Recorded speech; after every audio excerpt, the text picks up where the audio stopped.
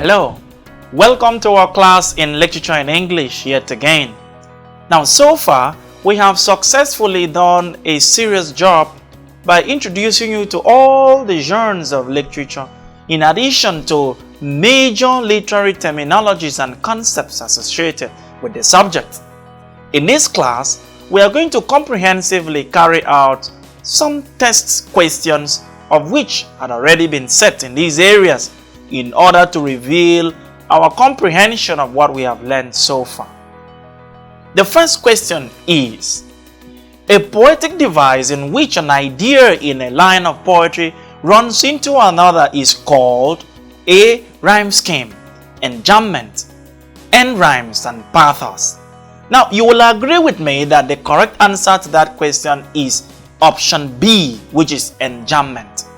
Now, a quick flash into our classes previously had shown that we define enjambment as a technique in poetry in which the idea in a line of a poem runs on to the next line. Do not forget that we had said that another name for enjambment is run-on lines. Rhyme schemes, pathos, and end rhymes could not possibly be the answer. The next question. A character who remains unchanged in a work of art is called A. a flat character, B. a stereotypic character, C. a round character, D. an elusive character. Of course, the correct answer to that question is a flat character, because that is the character that is unchanged. Unchanged in that context means static, of which we had earlier discussed. The opposite of such a character would be the round character, which is the character that is dynamic and therefore undergoes change. So the correct answer to that question is in option A flat character. The next question. A funny incident within a serious situation is A. comedy, B. comic relief, C. tragic comedy, and D. tragic hero.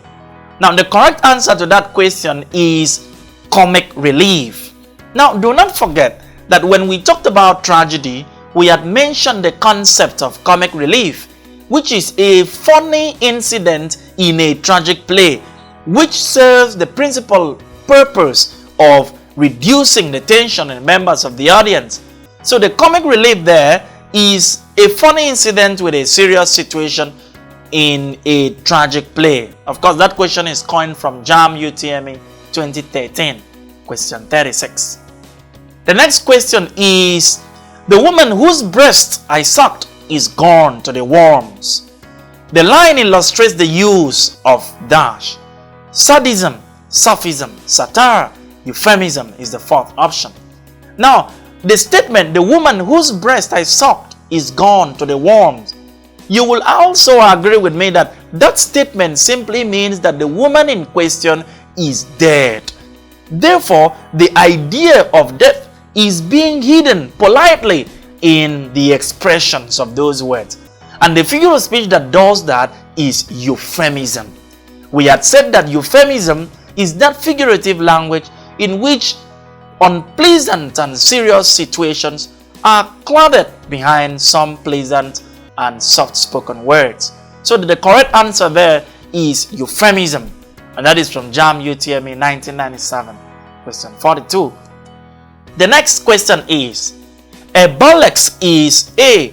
an exaggerated mockery of a literary work, B. a sentimental comedy, C. an account of a famous person's life, and D. a rhetorical device used for effects in poetry. Now, you will agree that the correct answer to that question is option A. A burlesque is an exaggerated mockery of a literary work. Now, we have said that a burlesque will always come in to humorously imitate a serious work in order to evoke laughter. Of course, do not forget that the question is coined from JAMB UTME year 1991, question 33. And a typical example when we taught that aspect was when the Cope's sonnet titled Strongnell Sonnet. That is a comical representation or replication of one of Shakespeare's serious sonnets. The next question is a panegyric poem is composed to A. Elaborate, B. Abuse, C. Condemn, D. Praise. Of course, the correct answer to that question is praise. Panegyric poems are composed to praise either an entity, a concept, a human being, or even abstract incidents or even items. As far as it is aimed at praising anything or body, then we will always call that a panegyric. Of course, that question is coined from JAMB UTME year 1999. The next question is, flashback is a literary work which helps to A. Fill the missing link, B. Reveal the character's mindset, C. Place the story in proper perspective, and D. Entertain the audience. You will agree yet again that the correct answer is in option A, which is filling the missing link.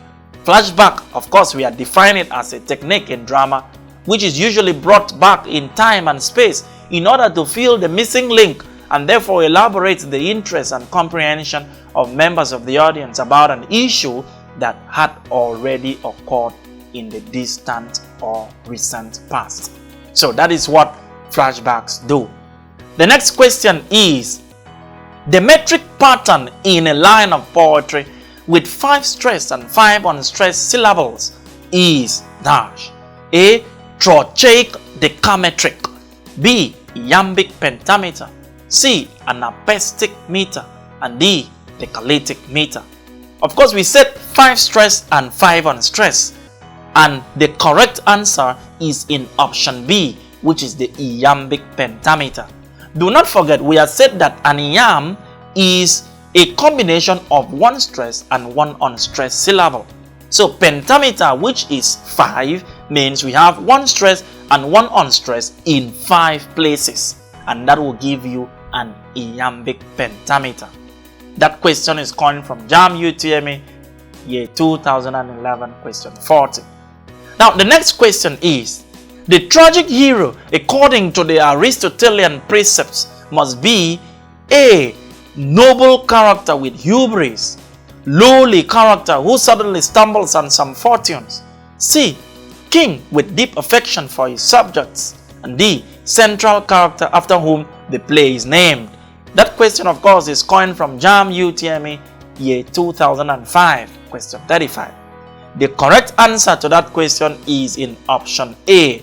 A tragic hero, according to the Aristotelian concept, must be a noble character with a tragic flaw, which is hubris, or what you call a flaw in some weaknesses. So clearly, that is what a tragic hero, according to the precepts of Aristotle in tragedy, of which when we talked about that poem, we had defined it, according to Aristotle, as a serious poem that evokes the feeling of pity and fear in the minds of the audience. Of course, yet again, it must also be able to present a tragic hero who has a lot of noble and wonderful characters, but must possess a weakness that will culminate into his downfall or death. So that weakness is the hubris, is a tragic flaw, or we had also referred to it as harmacheur. The next question is, a metrical pause occurring in the middle of a line of a poem is called A. Rhythm, B. Tetrameter, C. Assonance, and D. Caesura. Now, that question is coined from JAMB UTME 2006, question 49. And the correct answer to that question is in option D, which is caesura. The caesura is that strong break or pause that we notice in any line of poetry. Of course, it's not an assonance or tetrameter or rhythm, but the strong, of course, the answer is caesura. Of course, that brief session was to expose you in form of comprehension to all the things we had done so far as regards literary principles and general literary appreciation. In our subsequent class, we are going to be swinging our wings into poetry. Thank you very much for watching, and look up for our next edition. Thank you.